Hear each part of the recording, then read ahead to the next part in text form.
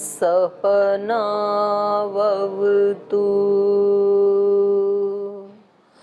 सहनौ भुनक्तु सह वीर्यं करवावहै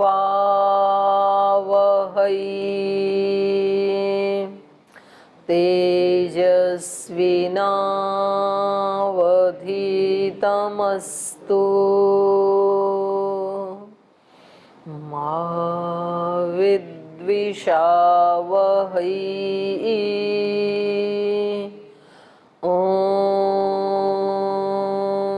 शांति शांति शांति।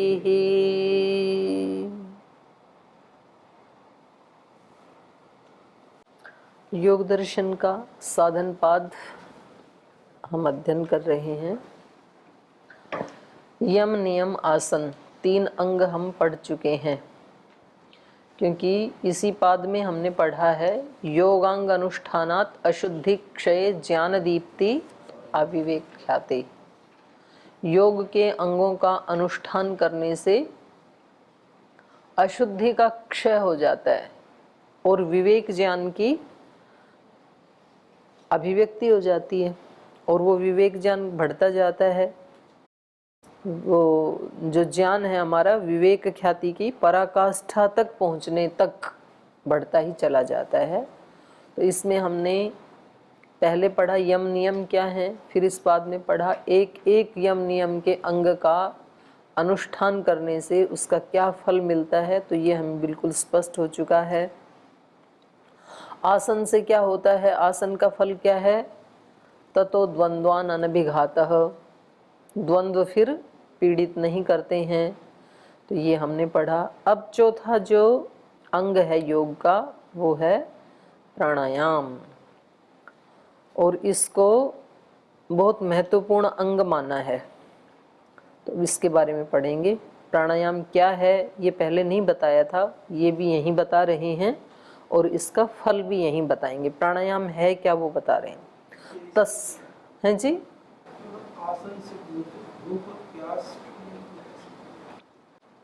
आसन आपका सिद्ध हो गया तो आपको चित्त एकाग्र करना आ गया। भूख और प्यास सताती तब है जब हमारा चित्त विचलित होता है। मतलब भूख और प्यास की फीलिंग होना ये अलग बात है, और भूख और प्यास सताए ये बिल्कुल अलग बात है। फीलिंग तो होगी उस व्यक्ति को, पर जिसने आसन को सिद्ध कर लिया तो आसन के साथ साथ शरीर के साथ साथ मन भी सिद्ध हो जाता है। तो जैसे वो शरीर को वश में कर लेता है ना, हिलने डुलने नहीं देता है, ऐसे ही मन को भी हिलने डुलने नहीं देता है। तो फिर कोई भी द्वंद्व आएगा उसमें वो अपने मन को स्थिर रख पाएगा, तो वो द्वंद्व उसको अभिघात नहीं करेंगे। फीलिंग तो होगी, ऐसा नहीं है कि उसको भूख लगेगी ही नहीं, सारे दिन खाना ना दो फिर भी भूख ना लगे, ऐसा नहीं है। भूख की फीलिंग होगी, लेकिन उस भूख से वो विचलित नहीं होगा। ठीक है, तो आगे बता रहे प्राणायाम क्या है, तो सूत्र बोलिए। तस्मिन् सति श्वास प्रश्वासयोर गति विच्छेदः प्राणायामः। तस्मिन् सति, उस आसन के सिद्ध हो जाने पर, क्योंकि तस्मिन् से पूर्व सूत्र में जिसकी चर्चा हो रही थी उसी का ग्रहण होगा सर्वनाम शब्द से। तो उसके सिद्ध हो जाने पर, तस्मिन् सति, उस आसन के सिद्ध हो जाने पर, श्वास प्रश्वास और गति विच्छेदः, एक तो श्वास और प्रश्वास की गति सामान्य रूप से चल ही रही है ना हम सब की, हम अभी श्वास ले रहे हैं और छोड़ भी रहे हैं। ये गति कैसी है हमारी, सामान्य गति है, सबकी चल रही है। उस सामान्य गति का विच्छेद हो जाना, विच्छेद का मतलब क्रम भंग हो जाना। क्रम भंग कब होता है, जैसे मैंने ऐसे सांस लिया तो ये सामान्य गति का क्रम भंग हो गया ना, या फिर ऐसे श्वास छोड़ा तो जो नॉर्मली श्वास बाहर आ रहा था उस गति का क्या हो गया, क्रम भंग हो गया। इसका नाम प्राणायाम है। या फिर मैंने ऐसे ऐसे किया, तो ये जो सामान्य गति थी उसका क्या हो गया, क्रम भंग हो गया ये। तो ऐसे ही बाह्य प्राणायाम में भी, ऐसे ही भस्त्रिका, ऐसे ही कपालभाति, उज्जाई, इन सब में क्या होता है, श्वास की गति का एक जो नॉर्मल गति थी वो क्रम भंग हो जाता है। तो इन सब का नाम, माने जो सामान्य गति है श्वास प्रश्वास की, उस क्रम का भंग हो जाना, विच्छेद हो जाना, इसी को क्या कहते हैं, प्राणायाम।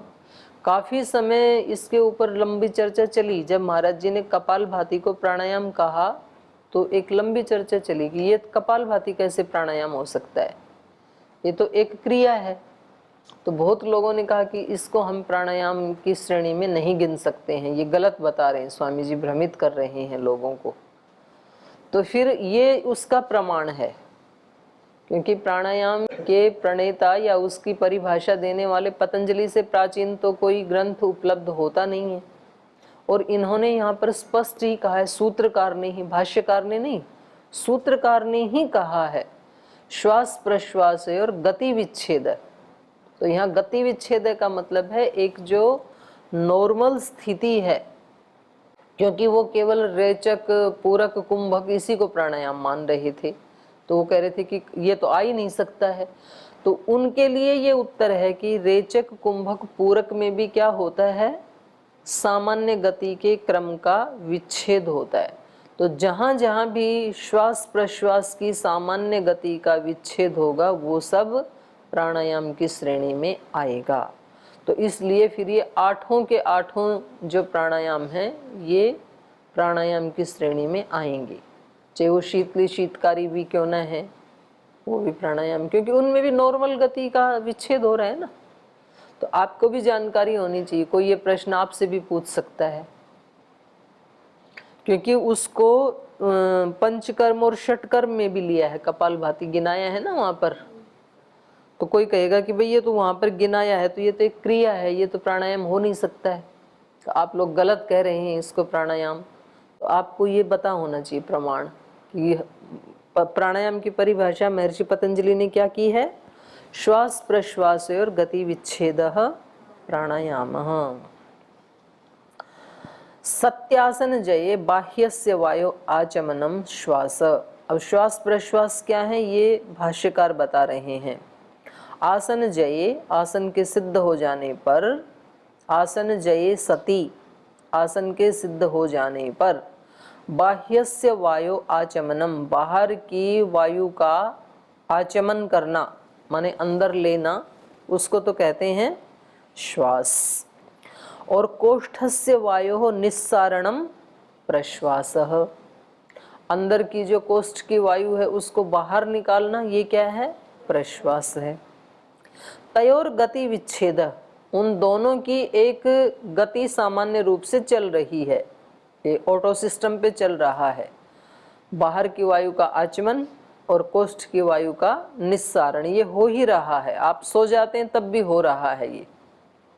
उन दोनों की गति का विच्छेद कर देना। उभया भाव माने दोनों का एक जो गति सामान्य रूप से चल रही थी उस सामान्य गति का अभाव हो जाना, ये क्या है, प्राणायाम, ये प्राणायाम है। तो सूत्रकार ने भी और भाष्यकार ने भी, दोनों ने ही प्राणायाम की क्या परिभाषा दी है, गति विच्छेद। इन्होंने गति विच्छेद का अर्थ क्या किया था, श्वास लेना ही नहीं। तो उस दृष्टि से यदि देखेंगे गति विच्छेद का मतलब गति को रोक देना, श्वास को रोक देना, तो फिर बाह्य प्राणायाम है वो तो प्राणायाम की श्रेणी में आ जाएगा, लेकिन जो पूरक है वो प्राणायाम की श्रेणी में नहीं आएगा, क्योंकि उसमें तो आपने प्राण की गति को रोका नहीं, प्राण अंदर भरा है आपने, तो फिर वो तो नहीं आएगा। तो इसलिए गति विच्छेद का अर्थ यदि ये करेंगे कि प्राण की गति को रोक देना, तब केवल बाह्य प्राणायाम, एक प्राणायाम ही प्राणायाम की श्रेणी में आ पाएगा, बाकी नहीं आ पाएंगे, क्योंकि श्वास को बाहर छोड़ के रोकना तो एक में ही होता है ना। तो चलिए आगे चलिए, ये तो बताया प्राणायाम क्या होता है, अब इसके आगे बता रहे हैं स तो वह प्राणायाम बाह्याभ्यंतर स्तंभ वृत्ति ही देश काल संख्या भी परिदृष्टो दीर्घ सूक्ष्म। तो इसमें बता रहे हैं कि प्राणायाम कौन कौन से हैं। बाह्य मतलब बाहर होने वाला, आभ्यंतर अंदर होने वाला। तो बाहर होने वाले को रेचक बोलते हैं, अंदर होने वाले को पूरक बोलते हैं। बाह्य, आभ्यंतर और स्तंभ वृत्ति। स्तंभ मतलब पिलर की तरह से बाहर का बाहर, भीतर का भीतर रोक देना, तो इसको कहते हैं कुंभक। तो ये 3 प्रकार के प्राणायाम बताए आचार्य ने यहाँ, और ये तीनों देश काल संख्या भी परिदृष्ट, देश की दृष्टि से जब इनको देखा जाता है, काल की दृष्टि से देखा जाता है, संख्या की दृष्टि से जब इनको देखा जाता है, तो ये श्वास हमारा दीर्घ भी हो जाता है और सूक्ष्म भी हो जाता है। दीर्घ का मतलब है जैसे आपने ओम बोला तो पहले आप बोल रहे थे 30 सेकंड में, अब आप बोल पा रहे हैं 60 सेकंड, 1 मिनट तक, तो इसको कहेंगे दीर्घ। और सूक्ष्म क्या होता है, जब आप श्वास ले रहे हैं तो आपको भी पता ना लगे कि आप श्वास ले रहे हैं, तो उसको कहेंगे सूक्ष्म। तो ये देश काल संख्या की दृष्टि से परिदृष्ट, अच्छी तरह परीक्षा किया हुआ या साधना किया हुआ ये श्वास हो जाता है दीर्घ और सूक्ष्म। और जितना दीर्घ और सूक्ष्म होगा उतना ही प्राण पावरफुल होता है, शक्ति उतनी ही बढ़ जाती है। जितना श्वास छिछला होगा, ऊपर होगा और बहुत उसकी आवाज दूसरे को भी सुनाई दे, जैसे जैसे निमोनिया आदि हो जाता है तो ऐसे सुनाई देता है ना, तो उस समय ये समझ लो कि प्राण की गति अभी, शक्ति अभी क्षीण हो रही है। जैसे हम भयभीत होते हैं तो श्वास की गति कैसी होती है, छिछली हो जाती है, गहरी नहीं होती है, लंबा नहीं होता है, ऐसे ऐसे हो जाती है ना। और भय के समय ऐसे हो जाती है और क्रोध के समय भी ऐसे हो जाती है। तो उस समय प्राण की शक्ति क्षीण हो जाती है। और जब आप ध्यान करते हैं तब प्राण की गति कैसी होती है, तब आपको पता भी नहीं चलता है कि आपने आधे मिनट में एक श्वास ली या 1 मिनट में ली, तो वो लंबा हो जाता है, तो वो ज्यादा पावरफुल हो जाता है उस समय। तो अब इसमें पढ़ते हैं, यत्र प्रश्वास पूर्वको गत्यभावः स बाह्यः। बाह्य प्राणायाम किसको कहते हैं, जहां प्रश्वास पूर्वक गति का अभाव हो जाता है, प्राण की गति का अभाव प्रश्वास पूर्वक। प्रश्वास मतलब भार छोड़ना, भार छोड़ करके और फिर गति का अभाव हो गया, तो इसको क्या कहेंगे, बाह्य प्राणायाम, जैसा कि करते हैं रोज आप। यत्र श्वास पूर्वको गति अभावः स आभ्यंतरः। आभ्यंतर प्राणायाम किसको कहेंगे, श्वास पूर्वक। श्वास मतलब बाहर की वायु का आचमन, तो बाहर की श्वास वायु को अंदर भरते हैं और अंदर ही रोक दिया फिर हमने, तो उसको क्या कहेंगे, आभ्यंतर प्राणायाम, पूरक भी बोलते हैं इसी को। तृतीयः स्तंभ वृत्ति ही, और तीसरा प्राणायाम है स्तंभ वृत्ति। स्तंभ वृत्ति मतलब यत्र उभयो भावः, जहां इन ऊपर वाले दोनों का अभाव होता है। दोनों का मतलब श्वास का भी अभाव, प्रश्वास का भी अभाव, ना अंदर श्वास भर रहे हैं ना छोड़ रहे हैं, जहां के तहां रोक दिया। जैसे चल रहा था वहीं हमने रोक दिया। जैसे मैं आपको कहूं कि अब आप अपने श्वास को रोक दीजिए, तो आपने रोक दिया, तो ना तो बाहर निकाला ना तो अंदर भरा, जहां था वहीं रोक दिया, तो इसको कहेंगे स्तंभ वृत्ति। और कह रहे हैं ये कैसे होता है, सकृत प्रयत्नात् भवति। इसमें एक ही प्रयत्न से, जैसे मैंने कहा रोक दीजिए अब यहीं की यहीं, तो आपने रोक दिया, तो ये ना तो आपने बाहर निकाला। सकृत का मतलब होता है यकायक, अचानक, तुरंत उसको रोक देना, उसको कहेंगे सकृत। तो ये सकृत प्रयत्न से ही हो जाता है तीसरा प्राणायाम। कैसे, यथा तप्ते नस्तम उपले जलम सर्वतः संकोचम आपद्यते तथा द्वयोर युगपत भवति अभाव इति। इसी को ही खोल रहे हैं, सकृत प्रयत्न वाले को ही।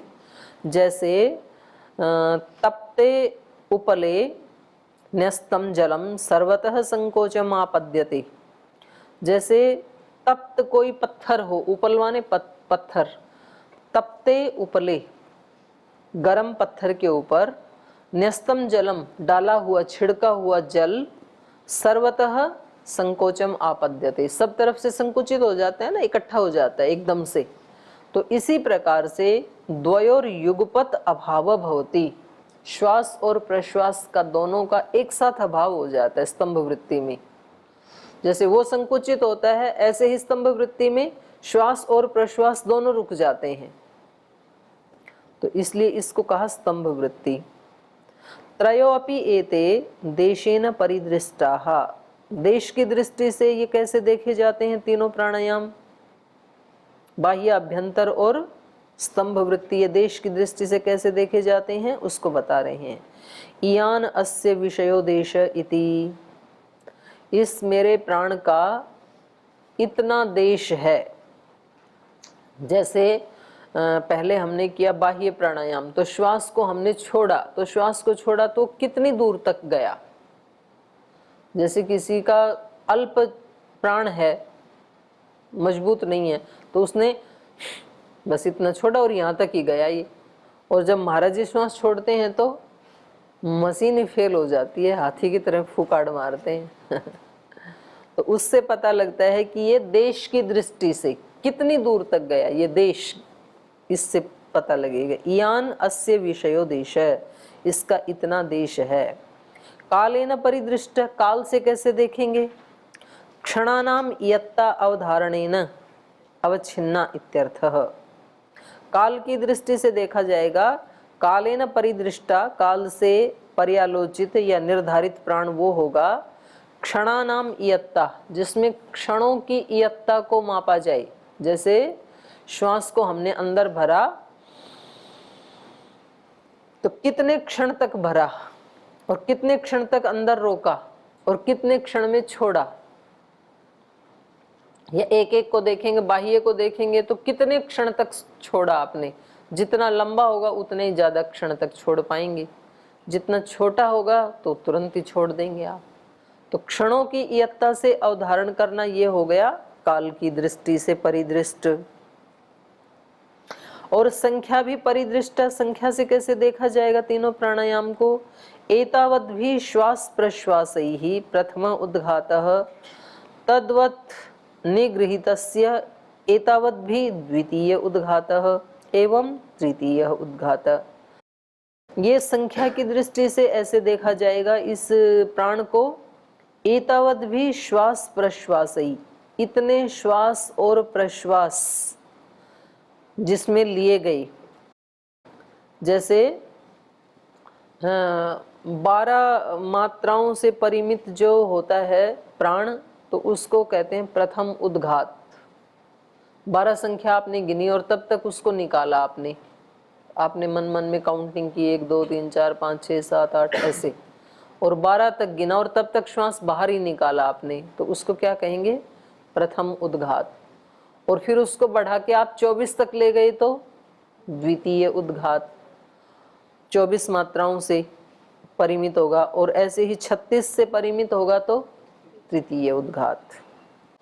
एवं मृदु एवं मध्य एवं तीव्र, तो 12 मात्राओं से परिमित होगा उसको कहेंगे मृदु, और 24 मात्राओं से परिमित होगा उसको कहेंगे मध्य, और 36 मात्राओं से परिमित होगा उसको कहेंगे तीव्र। इति संख्या परिदृष्ट है, तो इस प्रकार संख्या की दृष्टि से उसको देखा जाता है प्राण को। तो देश, काल और संख्या की दृष्टि से जब इन तीनों को देखा जाता है, इसको पर्यालोचित किया जाता है, निर्धारित किया जाता है, तो वो प्राण दीर्घ और सूक्ष्म हो जाता है। स खलु अयम एवं अभ्यस्तः दीर्घ सूक्ष्मः, वह यह प्राण इस प्रकार से अभ्यास किए जाते हुए दीर्घ और सूक्ष्म बन जाता है। तो ये 3 प्राणायाम बताए, अब चौथा और बता रहे हैं। बाह्याभ्यंतर विषयाक्षेपी चतुर्थः, ये इनसे विशेष है। ये कैसा है? बाह्य आभ्यंतर, बाह्य प्राणायाम अर्थात रेचक, आभ्यंतर मतलब पूरक। बाह्य अभ्यंतर विषय आक्षेपी, बाह्य और आभ्यंतर के विषय का आक्षेपी, आक्षेपी माने अतिक्रमण करने वाला या उल्लंघन करने वाला। बाह्य का और आभ्यंतर विषय का जो उल्लंघन करने वाला है, अतिक्रमण करने वाला है, उसको कहेंगे चतुर्थ प्राणायाम, वो चौथा है। तो ये थोड़ा समझने जैसा है। देश काल संख्या भी बाह्य विषय परिदृष्टः, देश काल और संख्या की दृष्टि से जो बाह्य विषय वाला अर्थात रेचक प्राणायाम परिदृष्टः, हमने पीछे पर्यालोचित किया, उसको परीक्षित किया, हमने उसको देखा, निर्धारित किया। परिदृष्टः वो जो प्राणायाम है जिसको हमने देश काल संख्या की दृष्टि से दीर्घ सूक्ष्म करके देखा है, उसको आक्षिप्तः, आक्षिप्त माने उसका अतिक्रमण हो जाता है, जहां उस पहले दीर्घ और सूक्ष्म बनाया और अब उसका भी अतिक्रमण जहां पर हो गया। तथा और वैसे ही आभ्यंतर विषय, जो अभ्यंतर विषय वाला अर्थात पूरक प्राणायाम जिसमें अंदर भरते हैं श्वास को, वो भी देश काल संख्या भी परिदृष्ट, देश काल संख्या यहाँ भी जुड़ जाएगी, उसको हमने देश काल संख्या की दृष्टि से देखा। परिदृष्ट माने उसको हमने साधा, दीर्घ और सूक्ष्म बनाया, और वो प्राण जब आक्षिप्त, वो भी अतिक्रमण कर जाता है। उभय था दीर्घ सूक्ष्म, तो ये दोनों ही प्रकार का जो प्राण जो दीर्घ और सूक्ष्म था, और उन दोनों का जब अतिक्रमण हो जाता है, दीर्घ और सूक्ष्म का भी, उसको क्या कहेंगे? चतुर्थ प्राणायाम। तो यहाँ पर एक बात ये स्पष्ट करना चाहते हैं, तत्पूर्वक, तत्पूर्वक का मतलब क्या है? दीर्घ और सूक्ष्म किया हुआ। देखो ये जो चौथा प्राणायाम है इसमें भी अतिक्रमण हो रहा है। अतिक्रमण का मतलब श्वास को रोका जा रहा है, और जो तीसरा था स्तंभ वृत्ति, उसमें भी रोका जा रहा है। तो अब इन दोनों में अंतर क्या है? स्तंभ वृत्ति में और चौथे वाले में अंतर क्या है?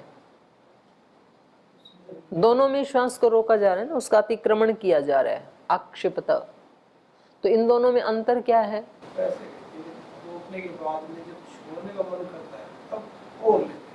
तो ये गलत सिखा रखा है, ये महाराज जी कई बार बता चुके हैं, और ये पता नहीं कैसे फिट कर दिया।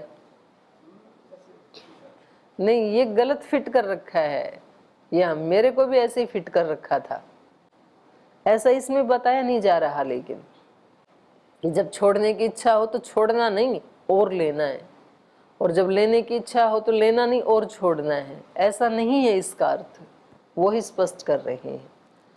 और ये श्रद्धेय स्वामी जी महाराज ने कई बार बताया कि ऐसा नहीं है, पर वो एक बार बात फिट हो जाती है तो वो फिट हो ही जाती है फिर। तो मेरा भी मुश्किल से ही निकला है, मुझे भी ऐसे ही हो रखा था, ऐसे ही बता रखा था। इन दोनों में अंतर क्या है? इन दोनों में अंतर ये है कि स्तंभ वृत्ति में तो हम श्वास को जहां है वहीं रोक देते हैं, तो गति का भाव तो वहां भी है। लेकिन ये जो अतिक्रमण है, इसमें हमने पहले श्वास को दीर्घ और सूक्ष्म किया है, तो ये उनसे ऊंची स्थिति है। जैसे समाधि आदि में कई बार हमें ये होता है ना, श्वास को पहले हमने प्राणायाम आदि करके, ये तीनों प्राणायाम करके, और तीनों को भी देश काल संख्या की दृष्टि से देख देख करके, परिदृष्ट होकर के, और फिर उसको हमने इतना सूक्ष्म बना लिया। अब एक व्यक्ति की समाधि लग गई, तो उस समाधि के कालखंड में जैसे 1 घंटा समाधि लगी, तो मुश्किल से उसको 10-12 श्वास ही लेने पड़े, और उसको पता भी नहीं लग रहा कि श्वास में ले रहा हूं, जैसे कि गति का अभाव ही हो गया मानो। तो कभी कभी ऐसी स्थिति बनती है साधक की कि उसको लगता है कि श्वास, प्राण चल भी रहा है कि नहीं चल रहा है। वो ये चौथा प्राणायाम है। दीर्घ सूक्ष्म किया हुआ और फिर उसका अतिक्रमण गति का, ये है। तो ये देखिए इसमें ये कह रहे हैं तत्पूर्वको भूमि जयात क्रमेण उभयो गति अभावः चतुर्थः प्राणायामः। तत्पूर्वक का मतलब है रेचक और पूरक की जो हमने दीर्घ और सूक्ष्मता हासिल की थी वो पूर्व में है जिसके, उसको कहा तत्पूर्वक। तो बाह्य और आभ्यंतर की सूक्ष्मता पूर्व में है जिसके, ऐसा प्राणायाम भूमि जयात, चित्त की भूमि का जय होने पर, क्रमेण क्रम से, उभयोर गति अभाव, दोनों की ही गति का अभाव, अर्थात बाह्य प्राणायाम किया और फिर बस वो दीर्घ सूक्ष्म जो प्राण था वो इतना दीर्घ सूक्ष्म हो गया चौथी अवस्था में कि ना तो हमने छोड़ा और ना हमने जबरदस्ती भरा, और फिर भी बहुत देर तक गति का जैसे अभाव हो गया। अभाव मतलब वो इतनी मंद गति रही कि लगता है कि प्राण लिया ही नहीं जा रहा है, उसको ये कह रहे हैं चतुर्थ प्राणायाम है। ये चतुर्थ प्राणायाम है। तृतीयस्तु, अब ये खुद ही बता रहे हैं, देखो तृतीय प्राणायाम था ना जो स्तंभ वृत्ति, उसमें और इसमें क्या अंतर है। तो ये कह रहे हैं तृतीयस्तु अर्थात जो स्तंभ वृत्ति प्राणायाम है उसमें क्या होता है, विषय अनालोचित, उसमें विषय का आलोचन नहीं हुआ, अर्थात उसको हमने देश काल संख्या की दृष्टि से दीर्घ और सूक्ष्म नहीं बनाया। स्तंभ वृत्ति में, स्तंभ वृत्ति में तो क्या बताया था, सकृत प्रयत्नात्, यकायक रोक दिया था, उसमें दीर्घ सूक्ष्म नहीं किया हमने। तो ये कह रहे हैं तृतीयस्तु विषय, जो तृतीय प्राणायाम है उसका विषय कैसा है, अनालोचित, अनालोचित गत्याभावः, बिना दीर्घ सूक्ष्म किए, बिना उसकी गति का आलोचन किए हमने वहां पर गति का अभाव कर दिया था, स्वाभाविक गति का अभाव कर दिया था। ये तो है तृतीय। सकृद आरब्ध एव, माने एक बार यकायक प्रारंभ जो किया हुआ है उसको ही देश काल संख्या भी परिदृष्ट दीर्घ सूक्ष्म, देश काल और संख्या की दृष्टि से जिसको हमने पर्यालोचित किया है, निर्धारित किया है, जिस प्राण को दीर्घ और सूक्ष्म बनाया है, वो प्राणायाम पूर्व में है जिसके। चतुर्थस्तु, ये ऊपर वाले का तो बता रहे हैं कि तृतीय वाला तो कैसा है, तृतीयस्तु विषय अनालोचित गत्याभाव सकृत आरब्ध एव, एक बार ही यकायक ही प्रारंभ किया हुआ है इसको, तो तृतीय को तो, स्तंभ वृत्ति को तो। देश काल संख्या भी न परिदृष्ट, ऊपर का अनालोचित वाला न है ना, वो यह ले आएंगे। तो देश काल संख्या की दृष्टि से इसको दीर्घ सूक्ष्म करके आलोचित नहीं किया गया है, अनालोचित। और चतुर्थस्तु, चौथा क्या है, श्वास प्रश्वास और विषय अवधारणात् क्रमेण भूमि जयात, चौथे में श्वास प्रश्वास का जो विषय है उसको हमने अवधारण किया है। किससे अवधारण किया है, देश काल संख्या से।